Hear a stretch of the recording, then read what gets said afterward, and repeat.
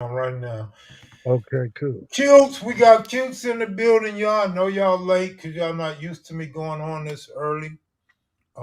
So while we wait, cutes, I'm gonna Yeah. go ahead and I'm gonna play a song while we wait on people to come in. Oh, that's cool. Um,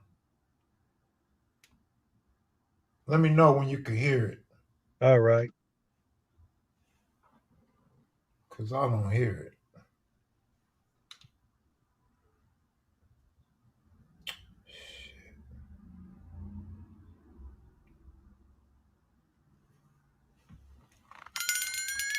I can hear it. Okay, is it too loud? No, it's good. Yeah. Yeah, Cutes, OG, OG Cutes M7 when I'm reppin'. Peeling out on niggas in the 70s a legend. I'm a big tip, new Raymond from beginning. I've been a real nigga, never snitched. I'm in prison out in 32 years. Solid in the yard. Nigga, bring it to me, I'ma pull the nigga's card. Have you laid in the infirmary with holes in the board? Never played games, only one I fear is God. Joined M7 in the crits back in 70. The monkey man boot a big mouth rapidly. Blue flag in my afro, they feeling me. Ladies hanging on my muscles like a fucking tree. Chillin' with machine gun, rusty pulling licks. Former Al was the homie, never been a bitch. Chucky Madison, that bulldog with the Hendersons. Gary Lane on the boulevard, this is Crip. Donald Archer, Melvin Hardy chillin' with Blue. Big Odie Shaw from the neighborhood there too. Real reputables, I'm hanging out with all of them. OG Q's putting work, homie, this is true. OG Q's chillin' in the Ace Deuce. In the Riviera clean as he come through. M7 is the crew and they Crip too. Peeling out on the scene wearing all blue. OG Q's chillin' in the Ace Deuce. In the Riviera clean as he come through. M7 is the crew and they Crip too. Peeling out on the scene wearing all blue. Raised on 18th, then I moved to 52nd. Then to 68th, but you know I'm always reppin'. Los Angeles City, I was born and was raised. Went to Raymond Avenue with Horseman Crippin'. Washington and Crenshaw couldn't hold a brother down. Cause schools for the birds, I be peeling now. Rather do licks and fight enemies on the corner with my brother, getting money and we getting cloud. Went to Judy Hall, did time in the camps. Wearing Ace Deuce, got my Levi's press. Cross chain earrings, I was so fly. Stacey Adams on my feet as I pass by. Driving Riviera Soul, so you see me. Struggling with Big Chook on the west side. Real G's recognized as we roll through. Peeling out, whooping niggas, giving black eyes. Old man now, but I seen everything. Putting work for my hood and I got the fame. You ain't built for the shit, don't get involved. How the prison of the grave is the end of the game. God spared me to see another day free. Think about all I lost for this here thing. Lot of hard naked pain in the streets with the deaths and the punk police can make you insane. OG Q's chillin' in the Ace Deuce. In the Riviera clean as he come through. M7 is the crew and they Crip too. Peeling out on the scene wearing all blue. OG Q's chillin' in the Ace Deuce. In the Riviera clean as he come through. M7 is the crew and they Crip too. Peeling out on the scene wearing all blue.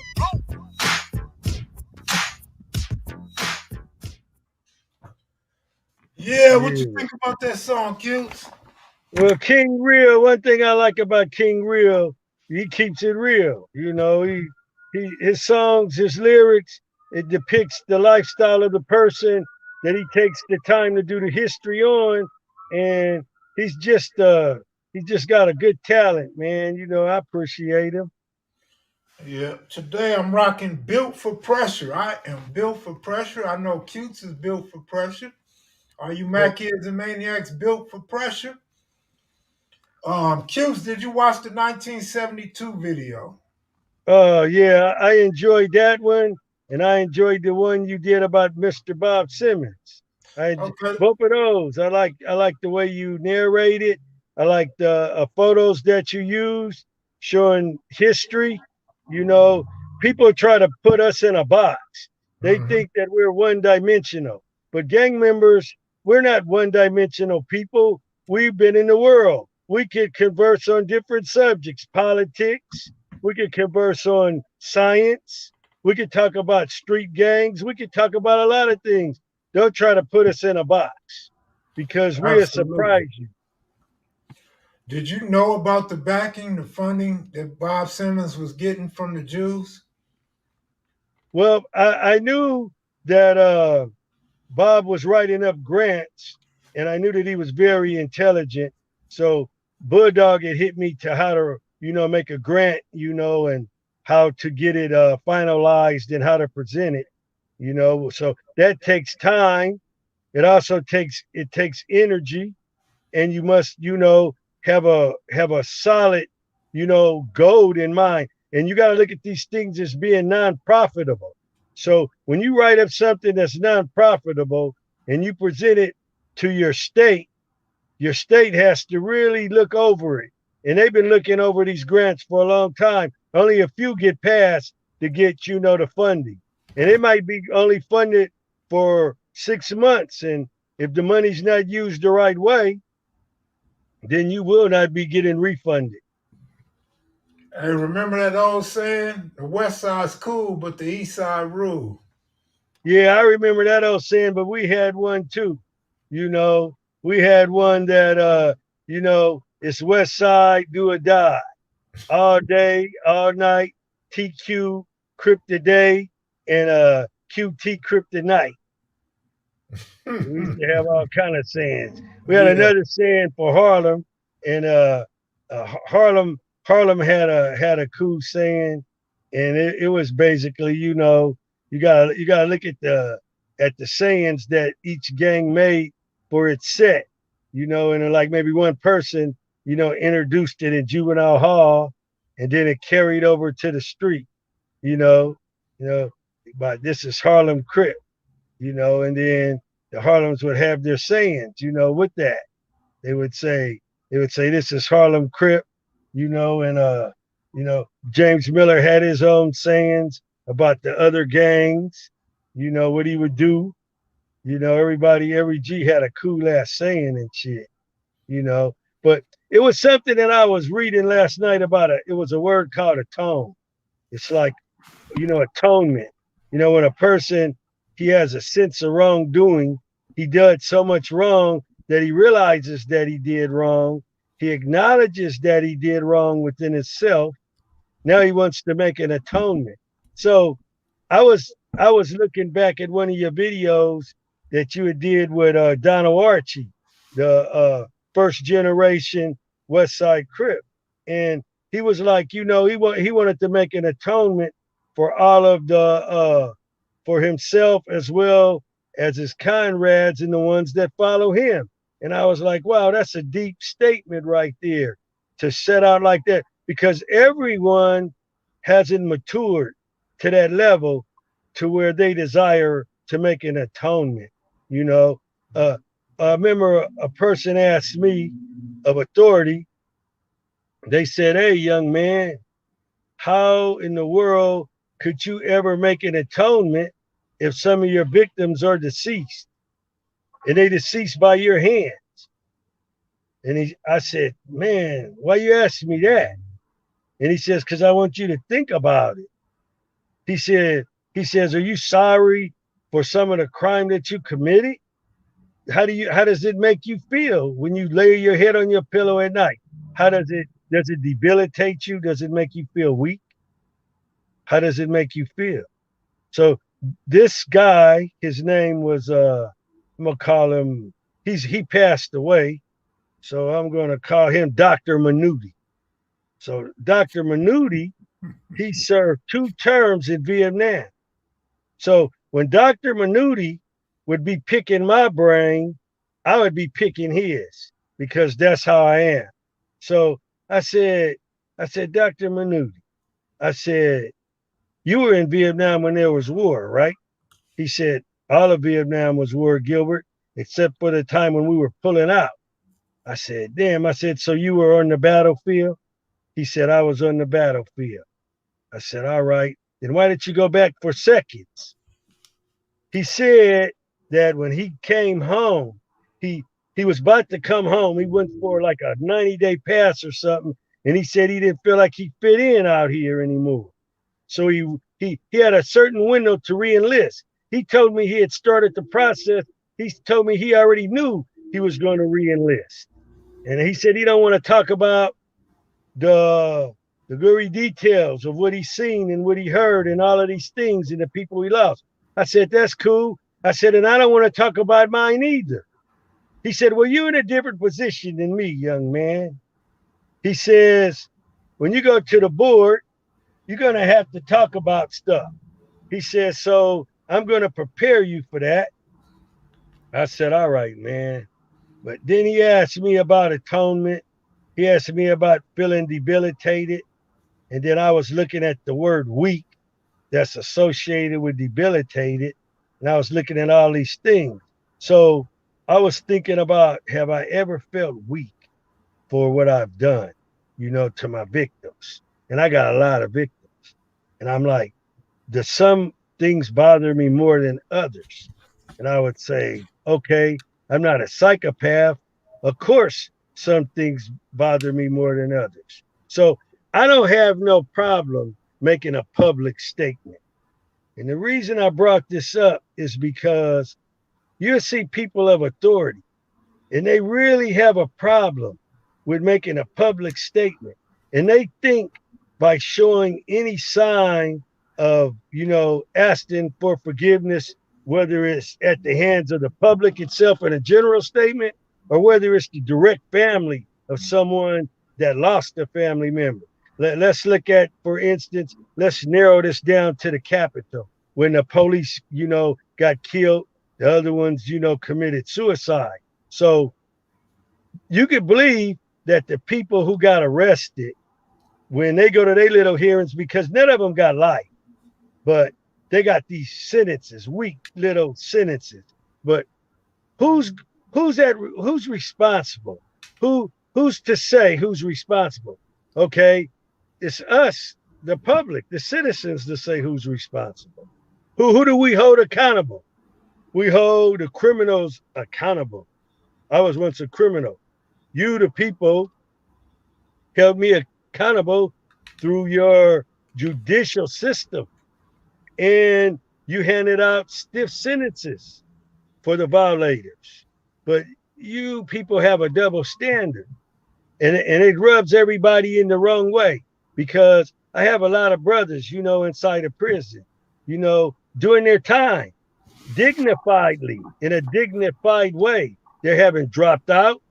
They living every day, one day at a time. They're not in control of their program, but yet they are in control of their faculty. They're able to do their time with a sense of dignity.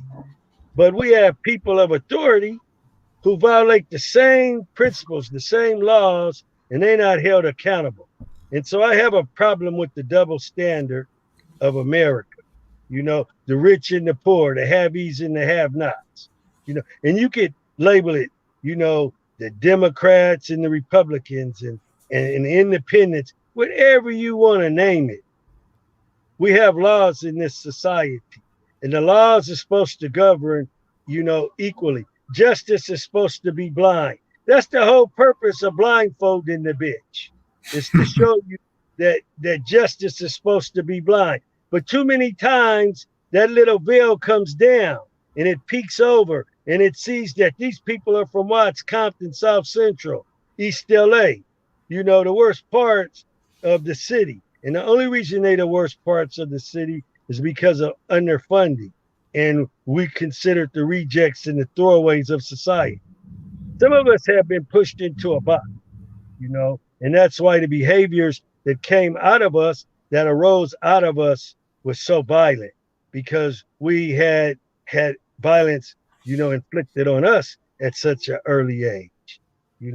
I like the fact that, a person like Donald Sweetback Archie, one of you labeled us as, thugs and whatever other adjective, you want to put on our names, to make us less than human. I like it when one of us just rise up, and then the public could see, well, that man has a good mind. He has a sense of wrongdoing. He's making atonement. So back to my question. Dr. Minuti asked me, how could you make an amends if your victims are deceased, Mr. Bell. And I came back to Dr. Minuti and I said, well, my amends have already started, Dr. Minuti. I'm making my amends for the people that I hurt right now. And he says, how? I says, because I'm making an indirect amends. I'm talking to other young people who's going to get out of this prison one day because I'm here for life. And I'm telling them not to deal with their conflicts in a destructive way in the past that I've dealt with mine. I'm telling them to reach for a higher sense of their mind and think things through and not be a reactionary and act on impulse. Because I told them what feels good in a few moments could cause you a lifetime of grief. And the Yeah. youngsters would listen to me because they knew I walked the walk and I talked the talk. And I had both feet on that penitentiary yard. I wasn't straddling the fence. I didn't have one foot in the church and one foot out there on that yard. You could believe when I was on the yard, I was on I the was yard. on the yard. I seen that coming. Cute. Damn, I lost my train of thought, man. That's That okay, was deep man. though. That was deep though. Yeah, that's okay. We just, we talking about, you know, just, something debilitates you and it makes you weak, which debilitation is, then we're not talking about a physical strength. We're talking about a mental strength. And if it makes you weak, and I'm going to refer to people like Arnold Schwarzenegger and Donald Trump, those two individuals are very weak people. They have yet to come on TV and apologize about anything. They don't really see the wrongs that they done. Dr. Minuti says a man can't apologize of it's a blind spot. I said, come on, Dr. Minuti, what the fuck is a blind spot? He says, well, it's a person in a it's a place in a person's brain where everybody outside of that person can see, you know, this person is on a course of self destruction, but the person himself, he cannot see it. It's a blind spot. So I know what I was gonna say. You getting a reward soon for speaking to the youth? Yeah. Yeah. I'm getting an award soon. It's called, I believe, the Fathers of Hip Hop. And it's on the 21st of this month. Yeah, the 21st of this month. So So, that's pretty cool, man. And I'm not the only one getting an award.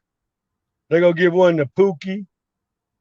They're gonna give one to me and some more brothers, who just been out, talking to the youth. We don't get funded by the government.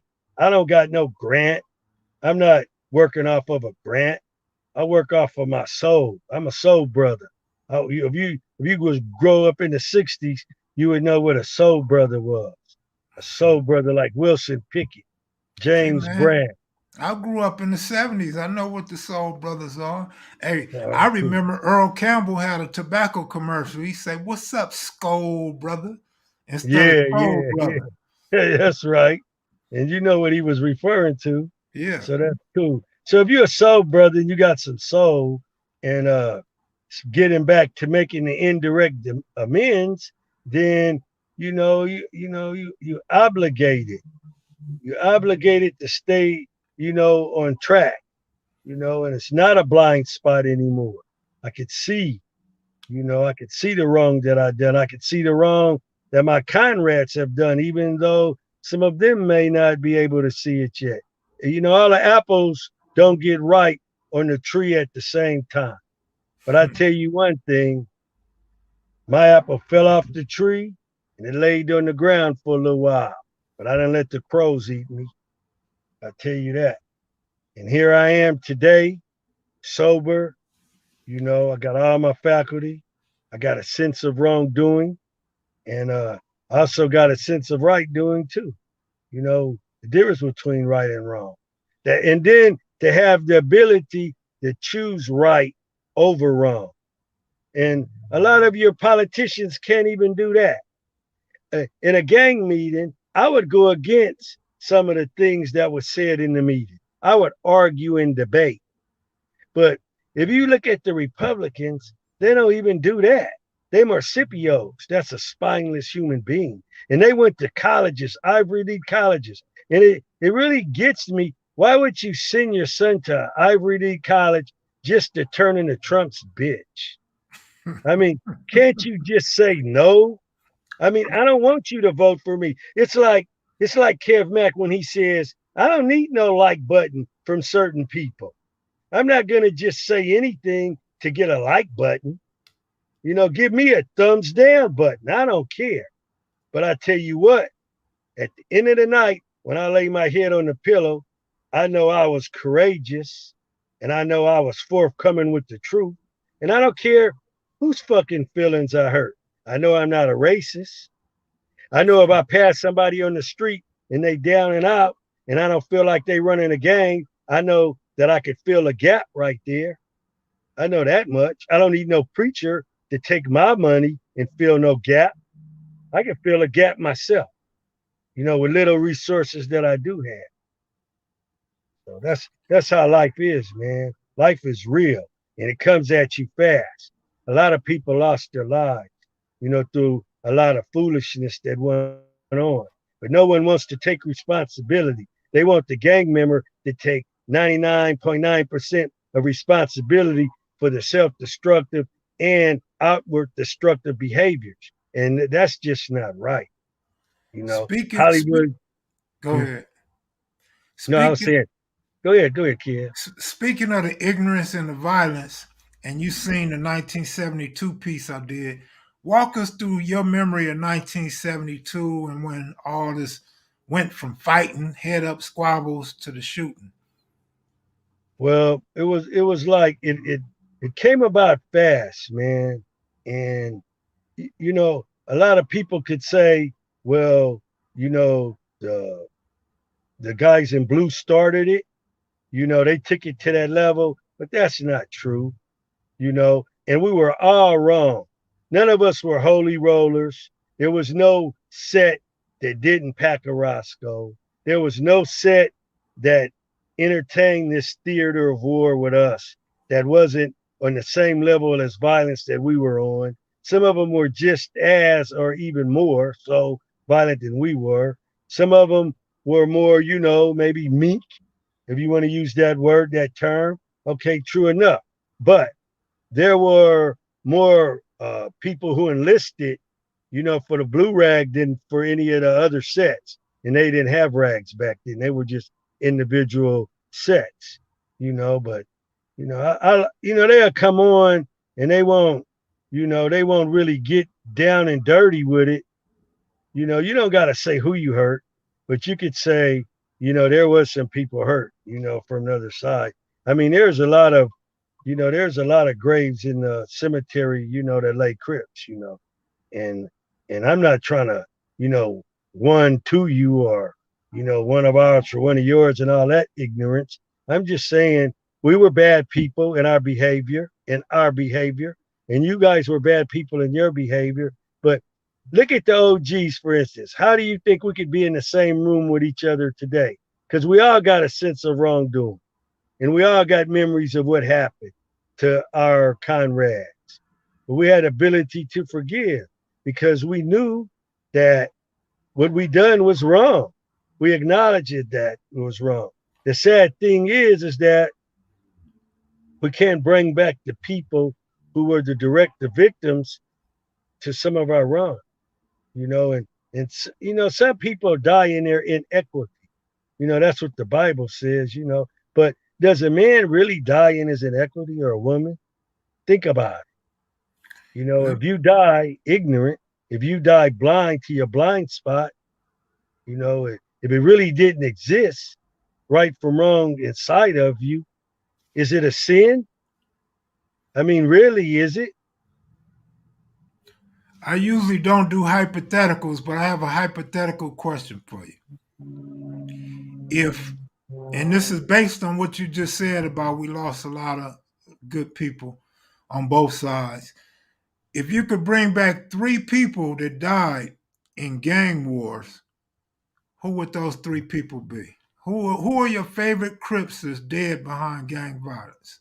And I want to bring back three people from different sets. Is that okay? Yeah, of course.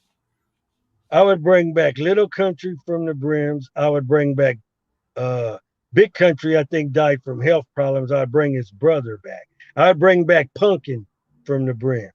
And then because those guys I had close relationships with in a sort of weird way. And then I would bring back on my side, I would bring back Mac Thomas. I'd bring back Chocolate. Uh, shit, I only got three. Then I bring back Tookie. You left Raymond Washington out? And I left Craig Craddock out too because I Okay. got to thinking about Chocolate and I got to thinking about Mac Thomas. Okay, let me ask you a question, Cutes. There's two chocolates that died in the same month, 1972. Which one was Little Chocolate, from Hoover or from the East Side? You know, we would have to get a Hoover on here to really, explain something because I hung with Hoover a long time. And I mean, I would be with Hoover all day. We would hang out together. We would go to parties together. And I was with the first generation Hoover. So I have never, ever heard a Hoover refer to themselves as a Hoover Groover. So the chocolate that they referred to as a Hoover Groover, I'm not quite sure is that the gang like evolved to Hoover Crips. It's like you could say, okay, Dinker Crips evolved into In Hood and In Hood evolved in the 60s. You could say that on paper. You could say that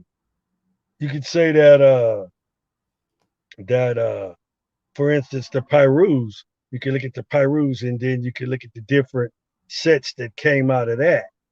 But I don't know. I don't know. I don't know if if Chocolate was a Hoover Crip.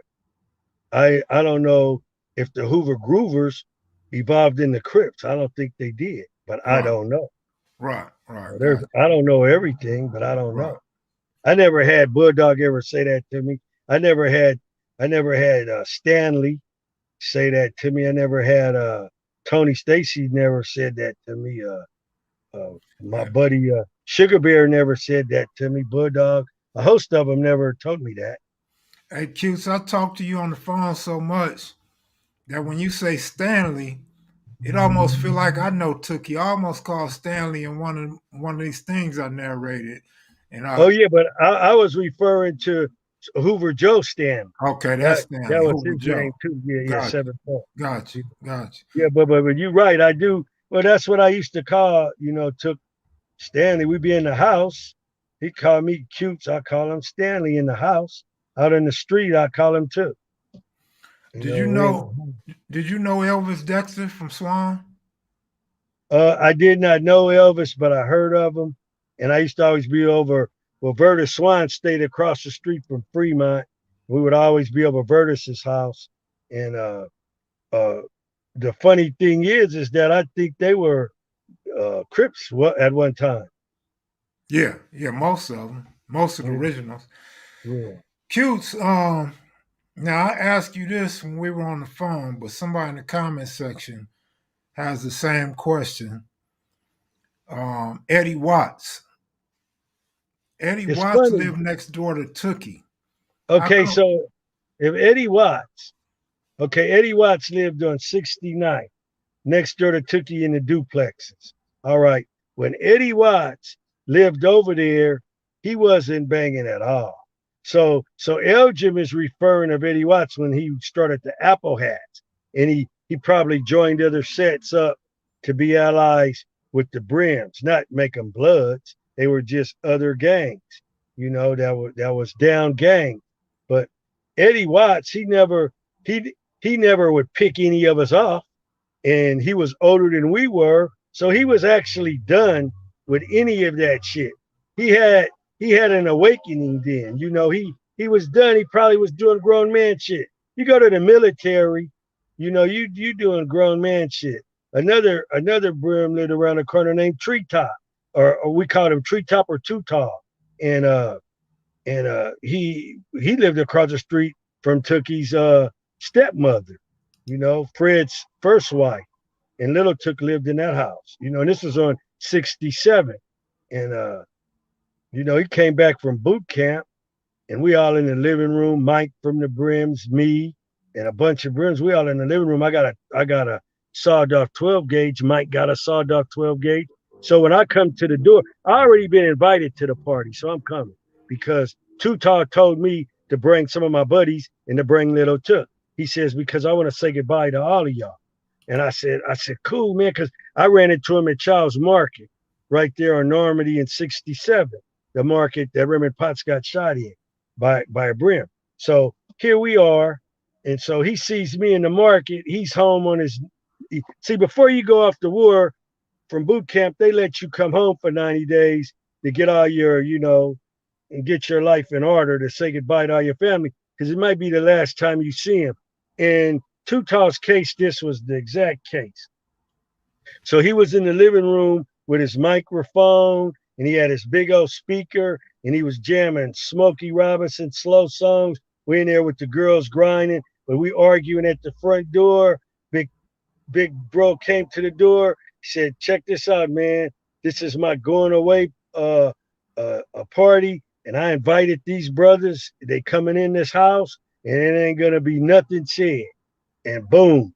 That's how it was when you were a G. You could bring anybody in your neighborhood. If you're reputable, and ain't nobody going to fuck with them. But they might say something to get your attention on them to let you know that you ain't going to fuck with them. It's like what Guy said. Guy said, well, when we took Porky, Putin's brother over to Frog and them hood Cute 102, we had to fight, some Cute 102s because we wasn't going to leave out of there without Porky, and that's how it was. If a guy from another gang goes with you somewhere and you tell him it's cool, then it's cool. I've been in the Nickersons with another brother one night. He took me up in there and Donald Archie told the dude, he said, hey man, if you harm a hair on this guy's head, then it's going to be hell to pay. See how y'all in the car together. And boom, I'm in the Nickersons. I didn't even know, what was going on because I'm so high, tripping with these dudes and shit, and that's just how it was. But yeah, man, the bottom line, if Eddie Watts lived over there and he was over there, he wasn't even tripping off of us and we wasn't tripping off of him. Wait, I gotta pull a S-Mac real quick. Okay. Let's go back. Cutes, when were you getting high? Shit. In 1986. In prison? The last time I got high was in 1986. In prison? Yeah, the last time. What kind of drug was it, Cutes? Well, for all my buddies that are in prison, I'm not going to say what our secret sauce was because we might still be using it in there. But believe me, I had a secret sauce. For those of you who are privy with the secret sauce, I got my secret sauce out of the main kitchen and it could really, ferment some shit real quick. So it was Pruno. I would make some... no drug, man. That's alcohol. And then Sparks would always give me weed. So okay. I would mess with that. I would mess with weed. All right. So look, Cutes, 1972, I noticed something. Yeah. I don't know if you can add to this or give us some type of information, but I noticed the Hoovers come out in 1972. Little Country get killed in Brim Hood. Little Country also lived in Brim Hood. Where Little Country lived became Fido's Hoover Hood, and where Little Country got killed was kind of like 6'5", Menlo, 6'7" neighborhood. Do you think the Hoovers had something to do with the war turning up and the Brims, same with them, the Brims being so vicious early on? Was the Hoovers their enemy back then? No, well, see, you gotta look at the geographical area. Okay, so 7-4 sits right next to the Bonzella boys. And then you had all of these gangs that were there before Hoover, got to that street.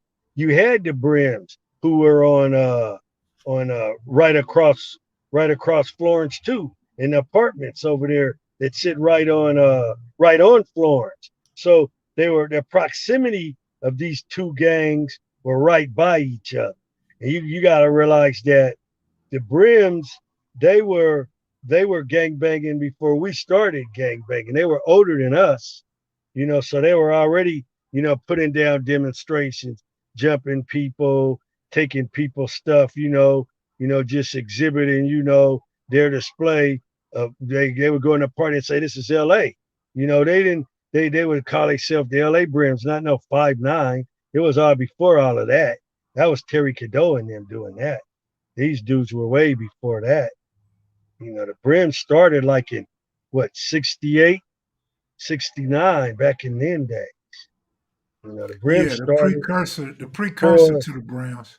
yeah, they Elgin said the started. Browns actually started in '72, but they were Apple Hats and some other gang before they were Browns. Who said they started in 72? Elgin. Come on, Elgin, man. I'm not gonna tell you when your set started, but it was way before 70. All right. He said they was Apple Hats and something else, but Well, I remember Apple Hats and all of that, but I that's mean it's going cool. back. We're not going to Yeah. debate his gang. No, we can't debate this gang, but I'm just saying the Van Ness boys and the Brims are older gangs, and the Rebel Rousers are supersedes them. And anybody in time could forget dates and years. Look at the dudes on the West Side. They trying to say the West Side started in 71 and all that bullshit, and it started in 1970.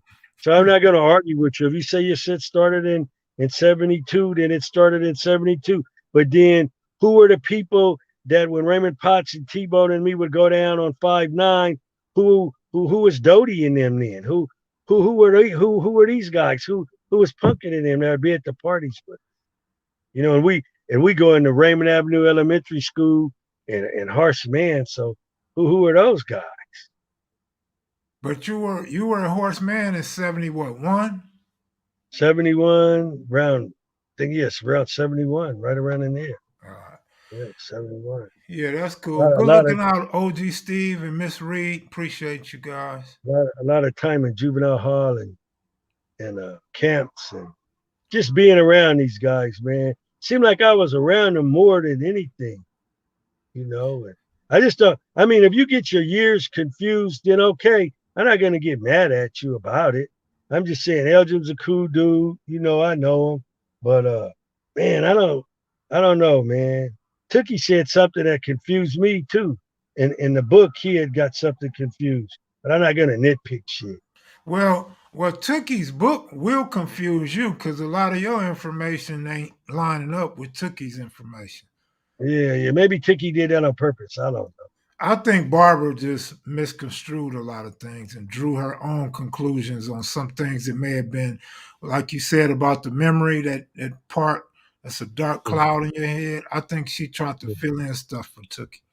But I know one thing: Tookie didn't have to confer with me to write his history. It's like Monster said, "I lived this story, so I should be able to tell." Absolutely. You And that's know? what I want out of everybody, man. I want Yeah, everybody to tell their own story. Me and yeah, S-Mac could figure out some shit, and then you yeah, G's that was around, y'all will tell us what's wrong. You know what I mean? yeah. But And if it you ain't no don't sense. know, if It, you it, don't, it ain't no sense of G's getting mad at each other because someone says it this way and the other guy yeah, says it that way. Because at the end of the day, the true historians, Kevmec and S-Mac, interview enough people to kind of get a true bearing on what's being topolized, what the yeah. And topic if we is. don't, we'll just keep asking both sides, and Yeah, and it's only right. It's all only about right. feeding each other information, and maybe it'll bring back some recollections. Because I And it's remember when I about first talked to you, first of all, you was reluctant to really talk to me, but then you didn't really give a whole lot of info. Even when I came down to San Diego, you yeah, cut the interview. Just all of a sudden, you cut the interview. You said you don't just give it all up on one interview. yeah, yeah. Well, we had a good time, man. Yeah, That was the first time I got interviewed. yeah. But But even I Barefoot Pookie told me the same thing, man. yeah, when we first talked to him, he didn't remember a whole lot of shit. Yeah. But as we talked to him and talked to him, and he'd go home and he'd call me and he'd be like, "Hey, Kevmac, I remember this or I remember that." And then even like your partner Munson, sometimes Munson have to call Bird to get the specifics of something that he may not have remembered. Yeah, but at least Munson got enough sense to do that. Yeah. You know, some people they don't even have enough humbleness and humility in them to confer with someone. I always tell someone, well, let me go talk to Donald about something, you know, and then I'll get in contact with him and then I'll refresh memory with him because he's got a pretty good recall. You know, so after, talking to him about stuff, it clarifies things even better sometimes.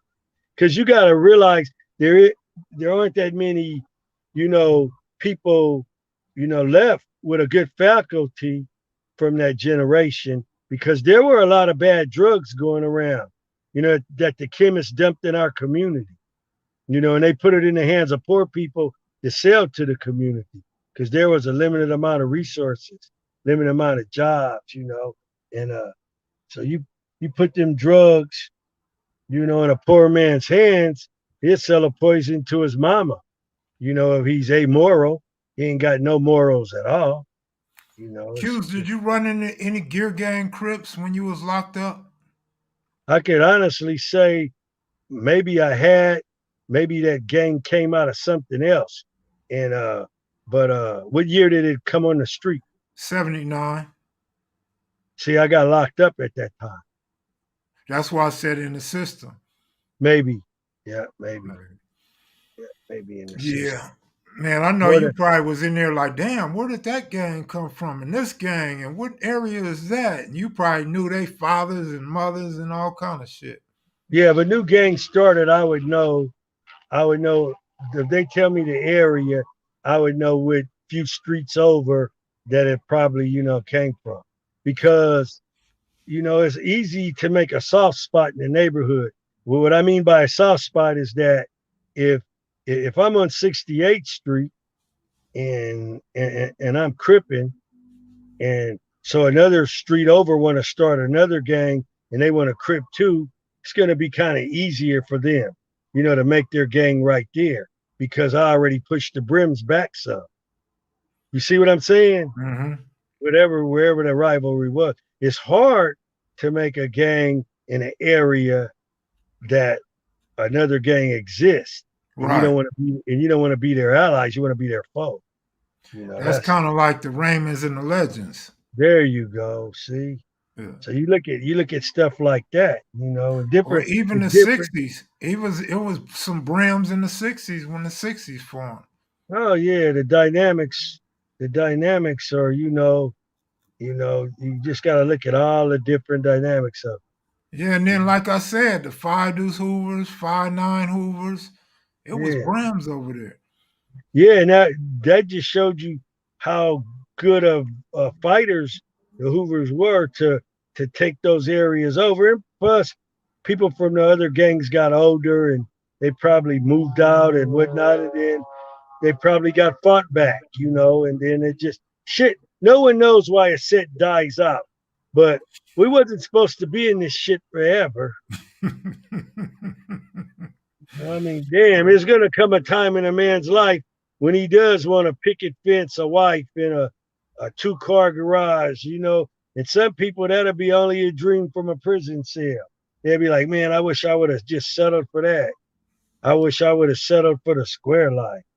I mean, how hard is it? You see these people on the freeway coming home from work every day at 4, getting up every morning at 6, going to work, and that's their life every day, back and forth. But it's a lot better than waking up to a horn, from a steamer, being in prison, going to eat, herding yourself across the yard to get a plastic tray, a plastic spoon. I almost said metal, but they took all the metal out of there. But I'm just saying, if you look at the two lifestyles, I would have rather the square lifestyle, which really man, the squares don't have to worry about getting up for count 5 times a day. Yeah, it ain't that hard. I mean, come on. It ain't hard to fit in out here. So cute. Testing your memory. Yeah. Let's see what you remember.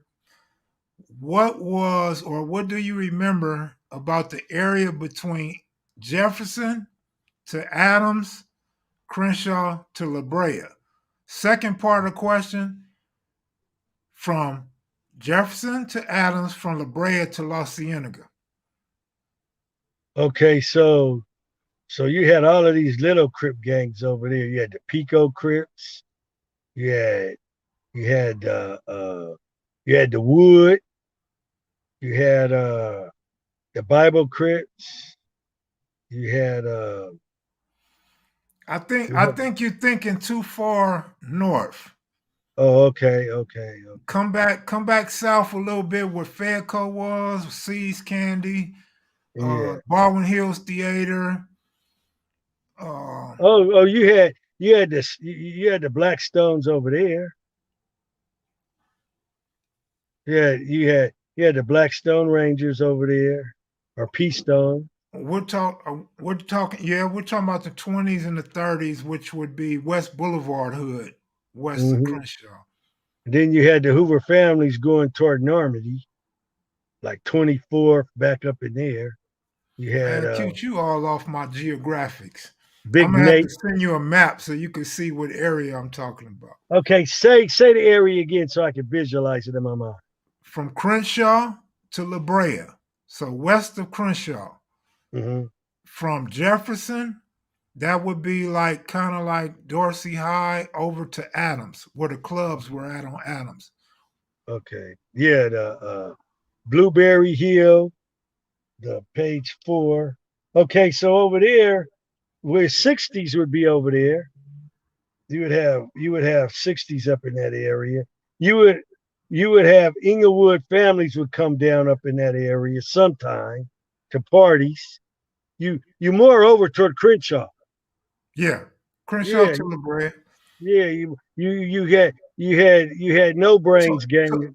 You had yeah, no right, brains right. no brains gang over there. You had Playboys over Okay, there.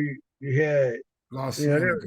yeah. Then coming from the other way, I guess you would have Black Dog and them's gang coming down from the beach, coming back in. I'm gonna send you a map, cute, and we're gonna go over this again at another Okay, time. all right, all right. But You those throw you throwing the whole West LA together. I'm just trying to carve out a little spot over there. it seemed like a nice neighborhood. Yeah, yeah, it was. It was when I was Okay. growing up. Yeah, then it No, had your actually, I'm neighborhood. talking about right behind Dorsey High School, the other side of Oh, Dorsey you High had School. Overhill. You had the Overhills up in there, and you had The other way, cutes, toward the black. Wilshire, toward Pico, Washington, Venice. Okay, the only thing I can remember over there would be Boone and them and Gilbert and them. You had the Harlem Godfathers, There you go. and you had they all them brothers was up in them streets. There you go. There you go. Yeah. There you go. I I was mean, just it just about. it just I, took me it just took me a minute to get in my 6'4" and cruise up in there, in my mind, to realize where I was at there. I remember now. yeah, yeah, Yeah, the that's it right there. skating rings over to the There you side. go. There you go. Yeah, There you I go. remember. Then we had a place called Bahamas Mama toward I guess you could call it toward the west. Mm. Clubs and shit. Yeah. Well, hey, Kev, man, I'm gonna have to, call it. How many people did we get in here? They all at work getting off, huh? 150. Oh, that's good. It's good to have 150, 100. I would like 150 to march up to the forum with back in the 1970s. Y'all Take will a walk hundred, all the way up there. yeah, take 150 down Florence. Shit, Inglewood shit, families didn't take pop shots at you guys. man. You see 150 brothers coming at you on both sides of the street on Florence. You're not gonna take pop shots. You're just gonna move. Man, You're that's an gonna easy kill. You see 150 people coming down the street. Now it is with all these automatic weapons, but Yeah. back then it wasn't. Back then, you got 6 shots, and then they're gonna come Yeah. chase your ass down. Oh yeah, and then you're gonna have the worst of it. Yeah. Because when I All said right. rush the cannon, you rushed the cannon. Well, you enjoy work, man. Go get your money, man. All right, and what I want to leave on the positive tilt is that you know I want all the young people out there, that are in grade school. I want you guys to think about your future outside of an institution that has anything to do with bars or pepper spray. I want you to get involved in other, better institutions like college and things like that, and learning a trade, learning a marketable skill, and using your time in a constructive way and not a destructive way. Don't be burning your brain cells with these new drugs that they got out there in the world. Just, take one day at a time, man, and everything's going to be all right. You're still young. You might feel old because of the abuse, but you're not old. You're young. All right, Q's. Have a good one. All right, be cool, brother All kid. right, you too. That's it for OG Cutes, you guys. Henny God want me to talk about baseball. I don't know who's pitching, Henny God.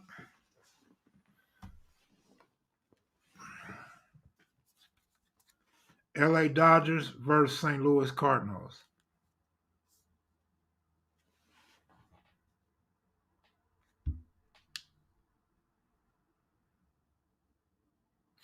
And y'all shouldn't even want me to talk about sports no more. I think I was one wrong on the 3-team parlay and one wrong on the 4-team football parlay.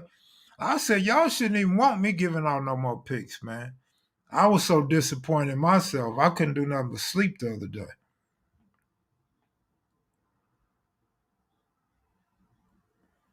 I don't know who's pitching, Henny God. Scherzer pitching, well, it's enough said. Enough said. Dodgers win. Scherzer's pitching. What about 5-5 Crips, man? They came out in the late 80s. Go, what up? I'm out of here, y'all. Y'all take it easy. By the way, my grandson came out with long hair, man, just like his mama. My grandson got hair like his mama had. I wish I could show y'all a picture. Oh, I can. I could show y'all one, but you can't see his hair, though.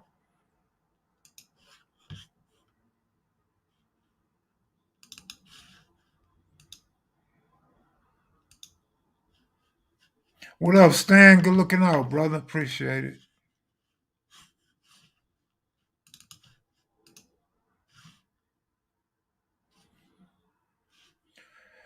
That's my grandson, man. And see how pale he is? He got long hair. He got long, long hair, just like his mama had. And this is my daughter right here. Big resemblance. Pale, pale, pale. Look at the hair. Long hair like a Chinese or something. So he definitely favors his mama. Y'all take it easy. Peace.